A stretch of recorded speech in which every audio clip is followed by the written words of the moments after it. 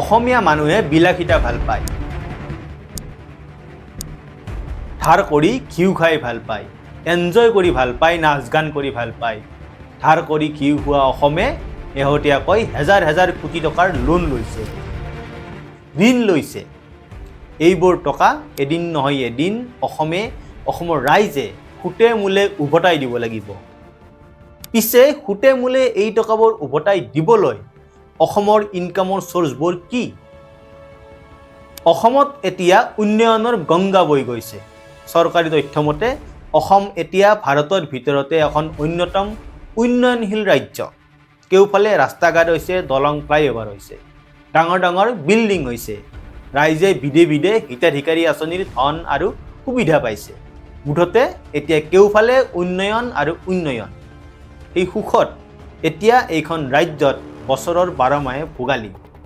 ৰাইজৰ খোৱা পিন্ধাৰ কোনো চিন্তা নাই। একো এটা কৰিব নোৱাৰিলেও চৰকাৰী হিতাধিকাৰী আঁচনিবোৰ আছেই। গতিকে এতিয়া একোৰেই চিন্তা কৰিবলৈ নাই। ৰাইজক সুখত ৰাখিবলৈ চৰকাৰে হাজাৰ হাজাৰ কোটি টকা ঋণ লৈছে, লৈ থাকিব দিয়ক। এতিয়া আমি সকলোৱে ভালকৈ খাই লওঁ, পিছত কি হয় দেখা যাব। 2016 চনত অসম চৰকাৰৰ মুঠ ঋণৰ পৰিমাণ মানে ধাৰলৈ লোৱা টকাৰ পৰিমাণ আছিল 41,964 কোটি টকা। তাৰ পাছত আকৌ ধাৰ কৰোঁতে 2021 চনত অসমৰ মুঠ ঋণৰ পৰিমাণ মানে ধাৰে লোৱা টকাৰ পৰিমাণ 89,709 কোটি টকা। আৰু 2025 চনত এই লোন এমাউণ্ট হৈছেগৈ 1,78,983 কোটি টকা। মনত ৰাখিব, এইবোৰ ধাৰলৈ লোৱা টকা, ঋণৰ টকা, লোনৰ টকা। এই টকাবোৰ সুদসহ অসমে এদিন নহয় এদিন উভতাই দিব লাগিব। মানে আপুনি আৰু মই উভতাই দিব লাগিব। আৰু ধাৰলৈ লোৱা টকা উভতাই দিব লাগিলে আমাৰ ৰাজ্যখনে মানে আপুনি আৰু মই উপাৰ্জন কৰিব লাগিব। আপুনি এতিয়া এইখন শান্তিৰ অসমত সুখেৰে জীয়াই আছে। আপুনি এতিয়া এজন সুখী মানুহ। আপুনি এতিয়া কেউফালে পজিটিভিটি দেখি আছে। কেউফালে উন্মাদ গতিত উন্নয়ন হোৱা এই সময়ত আপুনি নিগেটিভিটি বেয়া পায়। কিন্তু এই সুখৰ দিনবোৰত কিছুমান নিগেটিভ কথাও আমি পাতিব লাগিব। আপুনি বেয়া পালেও আপোনাৰ ভৱিষ্যতৰ স্বাৰ্থত, আপোনাৰ উত্তৰ পুৰুষৰ ভৱিষ্যতৰ স্বাৰ্থত আমি এইবোৰ কথা পাতিব লাগিব। অসম চৰকাৰে লোৱা এই হাজাৰ কোটি টকাৰ ধাৰবোৰ, লোনবোৰ কিদৰে পৰিশোধ কৰা হ'ব? অসমৰ উপাৰ্জনৰ ৰাস্তা, ইনকামৰ মূল উৎসবোৰ কি?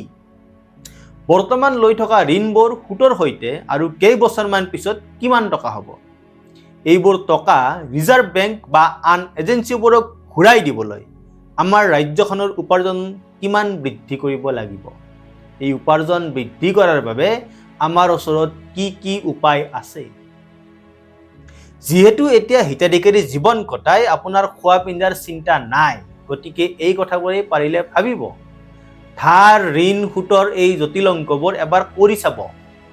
অসমৰ উপাৰ্জনৰ মূল উৎসবোৰ, চ'ৰ্চবোৰ কি সেয়া পাৰিলে খবৰ কৰিব। যিহেতু আপোনাৰ এতিয়া খোৱা পিন্ধাৰ চিন্তা নাই, গতিকে এইবোৰ চিন্তাই কৰিব। চৰকাৰে কোটি কোটি টকা লোন লৈছে, ঠিকেই আছে। এয়া একো বেআইনী কাম কৰা নাই। কিন্তু এই ঋণ লোৱা টকাবোৰ কি কি কামত খৰচ কৰা হৈছে? এই টকাবোৰ ক'ত ক'ত ইনভেষ্ট কৰা হৈছে? যিবোৰ কামত টকাবোৰ খৰচ কৰা হৈছে, ইনভেষ্ট কৰা হৈছে, সেইবোৰৰ পৰা আমি ভৱিষ্যত দিনত কিমান টকা উপাৰ্জন কৰিব পাৰিম?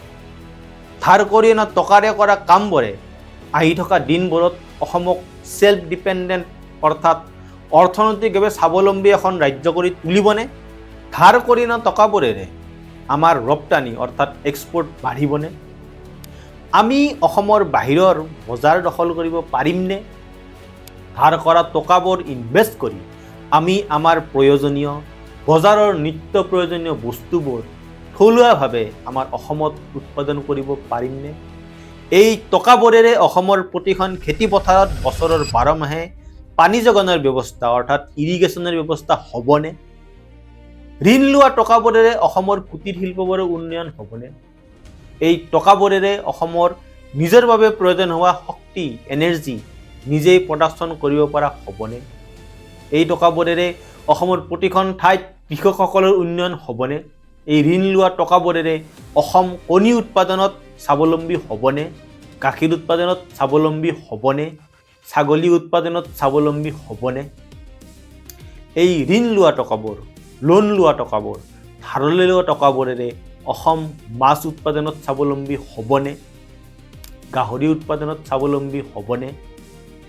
এই টকাবোৰেৰে অসম হাঁহ কুকুৰা উৎপাদনত স্বাৱলম্বী হ'বনে? ঋণ লোৱা টকাবোৰেৰে অসম ধান উৎপাদনত স্বাৱলম্বী হ'বনে? এই টকাবোৰেৰে অসম আলু পিঁয়াজ উৎপাদনত স্বাৱলম্বী হ'বনে? সেল্ফ ডিপেণ্ডেণ্ট হ'বনে? ঋণ লোৱা টকাবোৰেৰে অসম নিমখ চেনি উৎপাদনত স্বাৱলম্বী হ'বনে? এই টকাবোৰেৰে অসম দালি শাক পাচলি মিঠাতেল উৎপাদনত স্বাৱলম্বী সেল্ফ ডিপেণ্ডেণ্ট হ'বনে? ঋণ লোৱা টকাবোৰেৰে অসম কাপোৰ উৎপাদনত স্বাৱলম্বী হ'বনে? অসমে মিঠাতেল আটা আদি নিতৌ লাগতিয়াল বস্তুবোৰৰ উৎপাদনত স্বাৱলম্বী হ'ব পাৰিবনে? সেল্ফ ডিপেণ্ডেণ্ট হ'ব পাৰিবনে? পাৰিলে হিতাধিকাৰী বিলাসী জীৱনৰ ফাকে ফাকে সময় উলিয়াই এই কথাবোৰ চিন্তা কৰিব আৰু মগজুৰ কচৰত কৰিব। ভোগালী গ'ল, কিছুদিন পিছত ৰঙালী বিহু আহিব। বাপুতি সাহোন এই বিহুটো আমাৰ নিজৰ ৰাজ্যত উৎপাদিত থলুৱা বস্তুৰে পাতিব পাৰিমনে? বিহুৰ বজাৰখন অসমীয়া খিলঞ্জীয়া ৰাইজৰ হাতত আছেনে? মোবাইল এপত অৰ্ডাৰ কৰি কেইমিনিটমানৰ ভিতৰতে ঘৰৰ পদূলিত খোৱা বস্তু হাজিৰ হোৱা এই সময়ত স্থানীয় খিলঞ্জীয়া ব্যৱসায়ীসকল সুখেৰে জীয়াই থাকিব পাৰিবনে?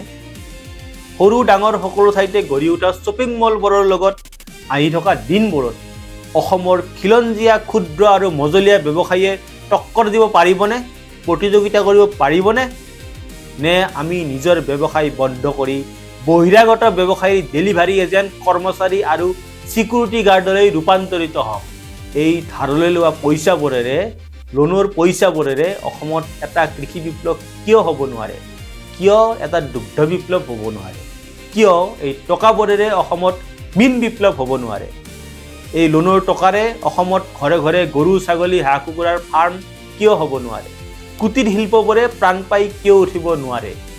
ধাৰ কৰা টকাবোৰেৰে অসমৰ নদীবোৰৰ বিলবোৰৰ জলসম্পদৰ উন্নয়ন কিয় হ'ব নোৱাৰে?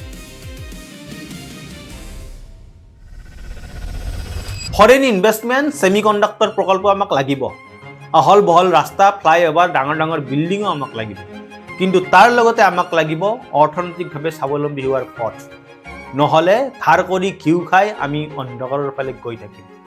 ধাৰ কৰোঁতে কৰোঁতে বাহিৰৰ পৰা বেজিটোৰ পৰা জাহাজখনলৈ কিনোতে আৰু কিছু বছৰ পিছত আমাৰ কি অৱস্থা হ'ব, এই অসমৰ কি হ'ব, যদি কেতিয়াবা আপুনি সময় পাই কথাবোৰ ভাবি চাব। কাৰণ 5 বছৰৰ মূৰত নিৰ্বাচন জিকি MLA হোৱাৰ সপোন খেদি ফুৰা কোনো নেতাই এইবোৰ চিন্তা এতিয়াও কৰা নাই আৰু আহি থকা দিনবোৰতো নকৰে। ধন্যবাদ।